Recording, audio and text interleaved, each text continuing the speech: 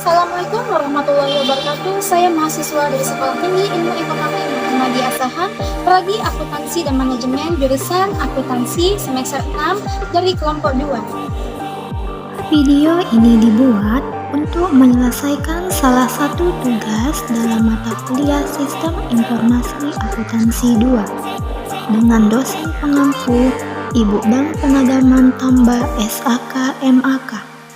Saya dari kelompok 2 yang akan membahas materi dengan judul Proses Pengembangan Sistem.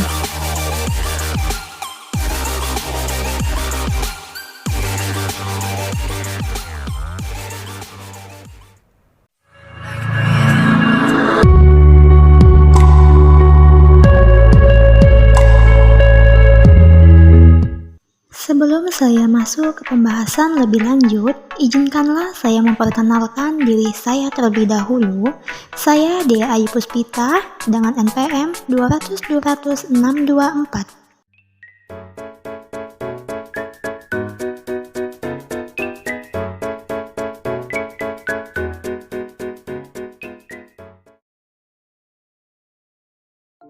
Topik yang akan dibahas dibagi menjadi 3. Yang pertama adalah pendekatan pengembangan sistem informasi, yang kedua, metode pengembangan sistem informasi, yang ketiga, faktor-faktor apa saja yang mempengaruhi pengembangan sistem informasi. Kita masuk pada pembahasan yang pertama, yaitu pendekatan pengembangan sistem. A. Definisi sistem. Proses pengembangan sistem yaitu seperangkat aktivitas, metode, dan praktik dan alat-alat terotomatisasi yang digunakan untuk meningkatkan dalam pengembangan sistem dan software.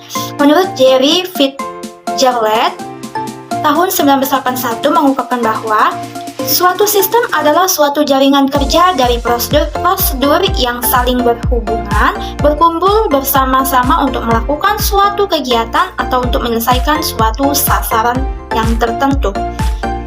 Dalam mendefinisikan sistem, terdapat 2 kelompok pendekatan. Yang pertama, lebih menekankan pada prosedur dan lebih menekankan pada komponen atau elemennya. Yang kedua, pendekatan sistem yang merupakan jaringan kerja dari prosedur lebih menekankan pada urutan-urutan operasi di dalam sistem. Hal ini juga diungkapkan pada Richard tahun 1960 bahwa suatu prosedur adalah suatu urutan-urutan operasi klerikal atau tulis-menulis, biasanya melibatkan beberapa orang di dalam satu atau lebih departemen yang diterapkan untuk menjamin penanganan yang seragam dari transaksi-transaksi bisnis yang terjadi. B. Prinsip-prinsip pengembangan sistem informasi. Prinsip-prinsip yang digunakan dalam mengembangkan sistem informasi yaitu: yang pertama, sistem yang dikembangkan adalah untuk manajemen. Setelah sistem selesai dikembangkan, maka yang akan menggunakan informasi dari sistem ini adalah manajemen, sehingga sistem harus dapat mendukung kebutuhan yang diperlukan oleh manajemen. Pada waktu Anda mengembangkan sistem, maka prinsip ini harus selalu diingat. Yang kedua adalah sistem yang dikembangkan adalah investasi modal yang besar. Sistem informasi yang akan Anda kembangkan membutuhkan dana modal yang tidak sedikit, apalagi dengan digunakannya teknologi yang mutakhir. Sistem yang dikembangkan ini merupakan investasi modal besar, seperti halnya dengan investasi modal lainnya yang dilakukan oleh perusahaan. Ya, sistem yang dikembangkan memerlukan orang-orang yang terdidik. Manusia merupakan faktor utama yang menentukan berhasil tidaknya suatu daftar sistem, baik dalam proses pengembangannya, penerapannya, maupun dalam proses operasinya. Oleh karena itu, orang yang terlibat dalam pengembangan maupun penggunaan sistem ini harus merupakan orang yang terdidik tentang permasalahan-permasalahan yang ada dan terhadap solusi-solusi yang mungkin dilakukan. Yang keempat, tahapan kerja dan tugas yang harus dilakukan dalam proses. Pengembangan sebelum proses pengembangan sistem dilakukan, maka harus dibuat terlebih dahulu skedul kerja yang menunjukkan tahapan-tahapan kerja dan tugas-tugas pekerjaan yang akan dilakukan, sehingga proses pengembangan sistem dapat dilakukan dan selesai dengan berhasil sesuai dengan waktu dan anggaran yang direncanakan. Yang kelima, proses pengembangan sistem tidak harus urut. Ingatlah, waktu adalah uang. Misalnya, di dalam pengembangan sistem, perencanaan output merupakan tahapan-tahapan yang harus dilakukan sebelum melakukan perencanaan file. Ini tidak berarti bahwa semua output harus dirancang semuanya terlebih dahulu baru dapat melakukan perancangan file. Tetapi dapat dilakukan secara serentak, yaitu sewaktu proses pengadaan hardware. Yang keenam, jangan takut membatalkan proyek. Umumnya hal ini merupakan pantangan untuk membatalkan suatu proyek yang sedang berjalan. Keputusan untuk meneruskan suatu proyek atau membatalkannya memang harus dievaluasi dengan cermat. Untuk kasus-kasus yang tertentu, di mana suatu proyek terpaksa harus dihentikan atau dibatalkan karena sudah tidak layak lagi, maka harus dilakukan dengan tegas. Keraguan untuk terus melanjutkan proyek yang tidak layak lagi karena sudah terserapnya dana ke dalam proyek ini hanya akan membuang dana yang sia-sia. Pembahasan yang kedua adalah metode pengembangan sistem informasi. Terdapat dua metode pengembangan sistem informasi. Yang A, pengembangan konsep siklus atau Life Cycle.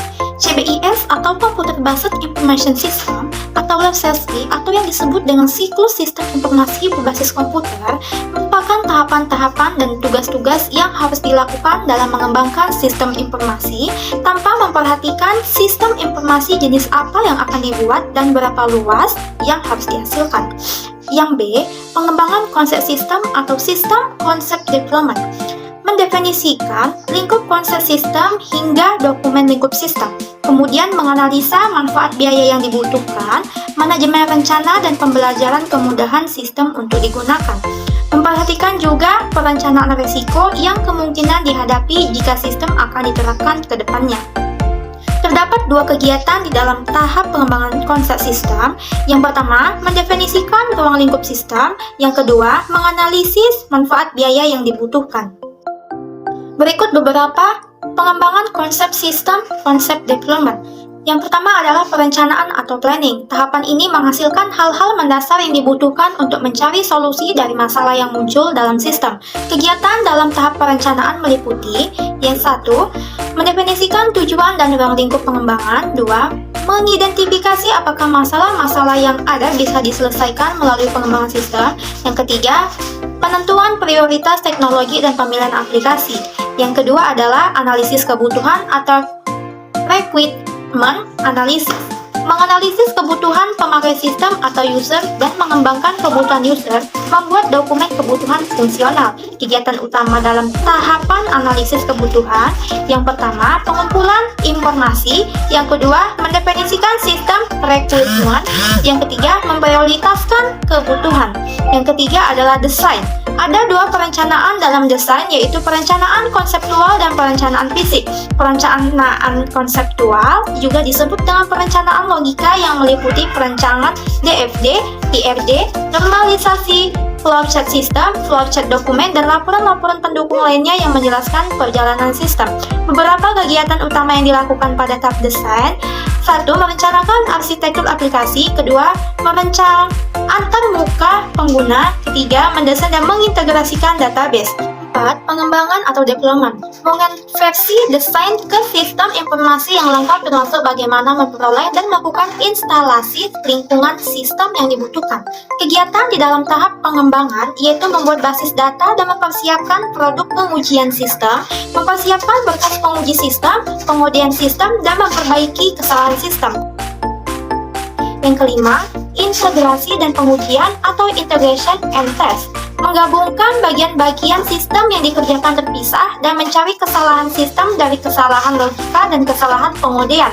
Kemudian, mendemonstrasikan sistem yang dikembangkan untuk diuji dan memenuhi spesifikasi kebutuhan sistem. Kegiatan di dalam tahap integrasi dan pengujian ini yaitu: satu, memastikan bahwa sistem berfungsi sebagai yang diharapkan.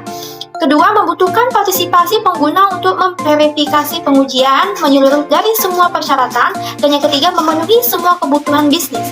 Keenam, implementasi atau implementation merupakan pengujian pada sistem yang sebenarnya mengimplementasikan sistem perangkat lunak pada lingkungan user atau adaptasi user dengan sistem dan menjalankan resolusi dari permasalahan yang teridentifikasi dari fase integrasi dan pengujian. Kegiatan di dalam tahapan ini adalah 1. Pembuatan database sesuai skema rancangan, 2. Pembuatan aplikasi berdasarkan desain sistem, 3. Pengujian dan perbaikan aplikasi. Ketujuh, operasi dan pemeliharaan atau operation and maintenance. Operasi dan pemeliharaan meliputi 3 bagian. Yang pertama, pemeliharaan proaktif, yaitu ditunjukkan untuk memperbarui sistem sebagai tanggapan atas adanya permintaan atau kebutuhan yang baru serta meningkatkan efisiensi sistem. Yang kedua, pemeliharaan adaptif, yaitu perubahan aplikasi yang menyesuaikan diri terhadap perangkat keras dan lunak yang baru. Yang ketiga, pemeliharaan korektif, yaitu melaksanakan perbaikan kesalahan yang ditemukan pada saat sistem dijalankan. Kedelapan, posisi atau disposition.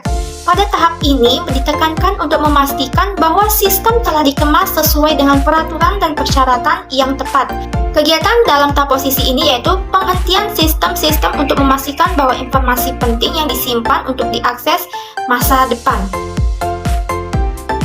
Selanjutnya adalah pembahasan yang ketiga, yaitu faktor-faktor yang mempengaruhi perkembangan sistem informasi. Ada beberapa faktor yang mempengaruhi pengembangan sistem informasi, yaitu 1. Bisnis internal. Aspek-aspek internal yang terkait dengan kondisi terkini pada suatu organisasi serta strategis meliputi 1. Visi, misi, dan strategi suatu organisasi. 2. Posisi organisasi dalam industri sekarang dan kekuatan apa saja yang mempengaruhinya. 3. Kekuatan, kelemahan, dan peluang organisasi serta tantangan di masa mendatang. 4. Faktor-faktor yang mempengaruhi kesuksesan strategi organisasi. Yang kelima, dokumen organisasi yang berhubungan dalam kegiatan utama dan kegiatan pendukung dalam suatu organisasi. Yang kedua, bisnis internal merupakan aspek-aspek di luar organisasi yang dapat mempengaruhi strategi organisasi, misalnya 1. Aspek politik, diantaranya kebijakan pemerintah dan peraturan perundang-undangan. Kedua, aspek ekonomi, yaitu persaingan dalam industri, tingkat permintaan dan penawaran tingkat inflasi. Ketiga, aspek sosial, yaitu hubungan dan kepercayaan mitra kerja. Keempat, aspek teknologi, yaitu perkembangan teknologi. Yang ketiga, internal teknologi, yaitu kondisi SI atau TI saat ini yang digunakan dalam mendukung kegiatan operasional organisasi yang meliputi 1. Struktur organisasi SI atau TI dan sumber daya, dalam hal ini SDM. Kedua, portofolio aplikasi sekarang, maksudnya adalah aplikasi yang telah dimiliki organisasi dimasukkan ke dalam portofolio yang berguna untuk mengetahui kondisi TI pada organisasi sekarang ini. Yang terakhir adalah yang keempat, eksternal teknologi, yaitu perkembangan teknologi TI terkini dan tren ke depan. Misalnya, 1. Tren teknologi TI bisa dengan mempelajari tren teknologi yang tengah berkembang yang khususnya bisa diterapkan pada kegiatan atau bisnis organisasi. Kedua, teknologi yang sedang dipakai oleh pihak-pihak yang terkait dengan kegiatan atau bisnis organisasi. Dan yang ketiga, peluang dan kemungkinan penggunaan teknologi untuk keunggulan di masa mendatang.